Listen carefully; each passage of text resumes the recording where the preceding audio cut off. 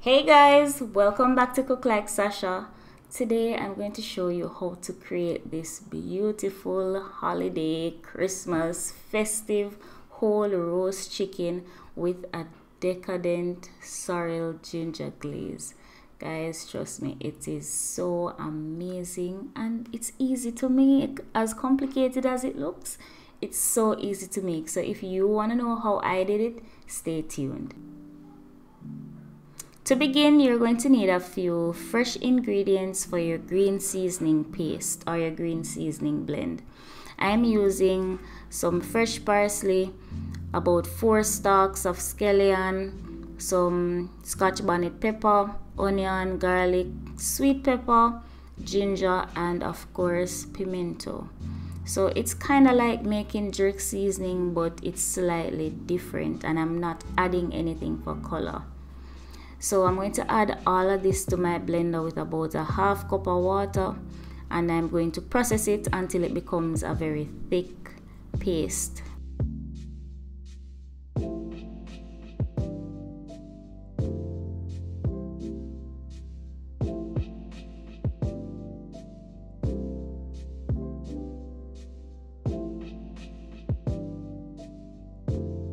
Ooh, see what I did there?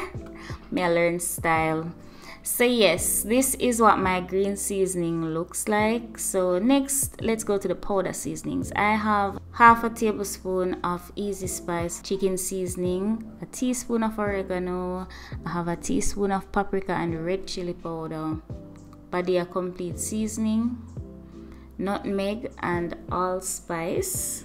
I have some Maggie all purpose, some Maggie chicken seasoning, and some brown sugar, of course, can't leave that out. So what I'm going to do is just combine all my seasonings in one dish, and I'm going to mix it together because I want the chicken to have an even coat. Because it's a whole chicken, I'm just going to mix everything together and then sprinkle it onto the chicken so that everything and everywhere can taste the same way.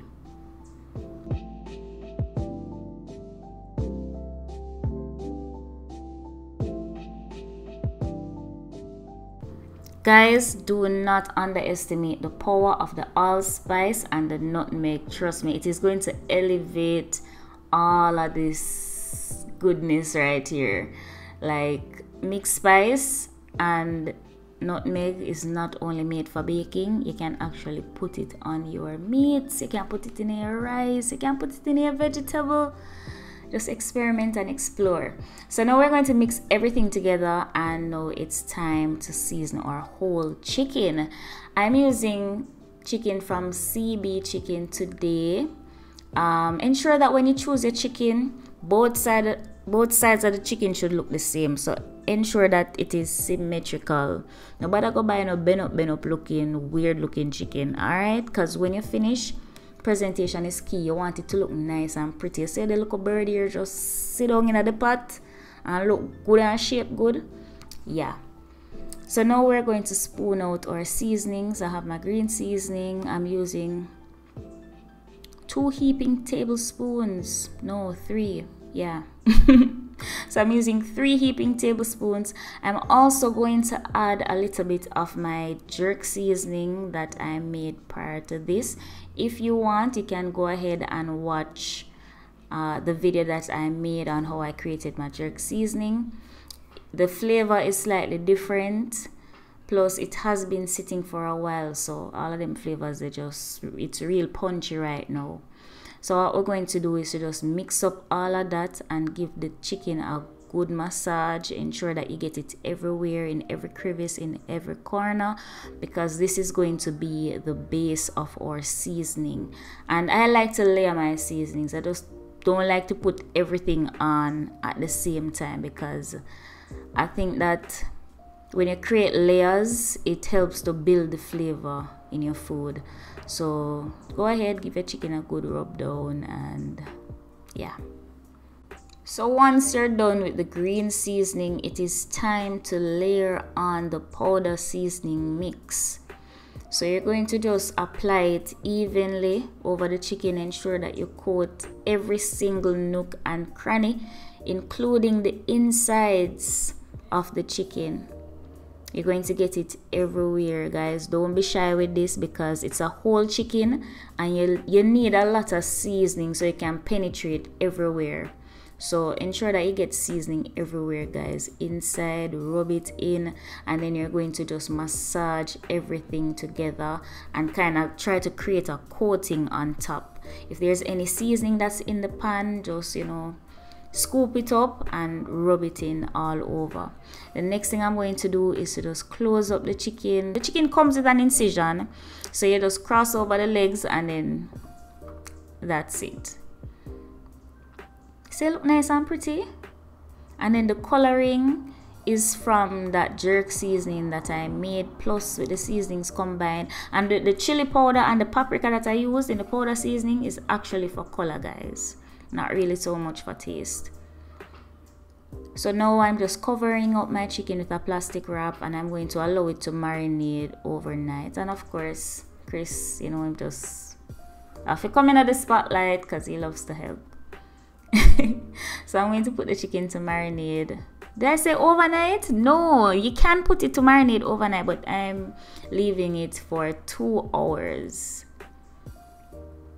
Yes, at the end of 2 hours, I am covering my chicken with some aluminum foil.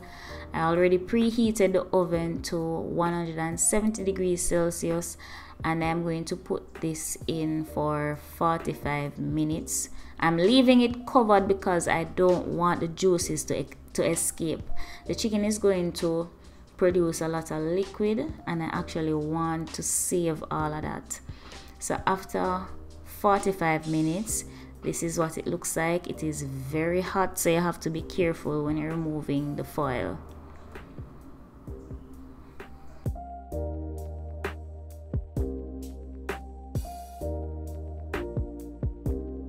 After 45 minutes, this is what it looks like.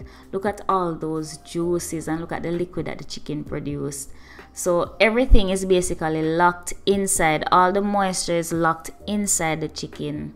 And this is why I did not uncover it, because I want the chicken to remain as juicy as possible, guys. And just look at the seasoning. So what I'm doing now, I transfer the chicken to a flat baking tray, and I'm just using a brush to spread out the seasoning evenly. This is going to allow my glaze to stick better and give me a better finish, a better look. Here I'm just adding some potatoes and carrots that I roughly diced. I'm adding it to the baking tray, and I'm going to allow them to bake while the chicken is finishing up. So the next round of baking for the chicken is going to be for 1 hour, and within that hour we'll be applying our sorrel ginger glaze. I didn't season the carrots and the potatoes because they really don't need it, because what I'm actually going to do, that liquid from the chicken that is seasoned and rich in flavor, I'm just going to pour it over the potatoes and the carrots to season it. So they're going to be basically steaming in that liquid on the bottom of the tray. And I'm so glad I did it this way because they were so delicious and they didn't need any additional seasoning or salt. So just the liquid, the pan drippings from the chicken, that's enough to season the potatoes and the carrots. I'm just spooning that over, and then I am going to apply my sorrel ginger glaze, and I'm going to get my chicken back in the oven. Remember to like, comment, share, and subscribe, and remember to click that bell icon so you'll never miss another video. So while my chicken is resting, I am going to make my sorrel ginger glaze. You can make this beforehand, but you're going to see why I waited until now. So I'm adding about 2 cups of sorrel with a little bit of water in a saucepan, and I am going to bring that to a slight simmer. I'm also going to add a piece of nutmeg mace. You know, the mace of the nutmeg is like laced with flavor. And I'm going to add some ginger and a clove of garlic, and I am going to allow all of that to just come together, and I'm going to allow those flavors to combine. Here I'm adding a little bit of freshly grated nutmeg just to add to that flavor and to kind of elevate the spice level a little bit. Guys, I don't even know where I got the idea from. Like, this kind of just popped into my head, and I was thinking about how can I make this chicken represent Jamaican Christmas. And I thought, what was more Christmas than sorrel and ginger? And I thought, bam, that's it, sorrel ginger sauce. And trust me guys, this is going to be a staple moving on from this Christmas. And for the other Christmas them coming, I have to have my sorrel ginger glaze somewhere, either on ham or chicken or something, but this is here to stay for me and my family. Here I'm adding 2 tablespoons of sugar. This is going to add a little bit of sweetness to the sauce, but it's not going to be too sweet.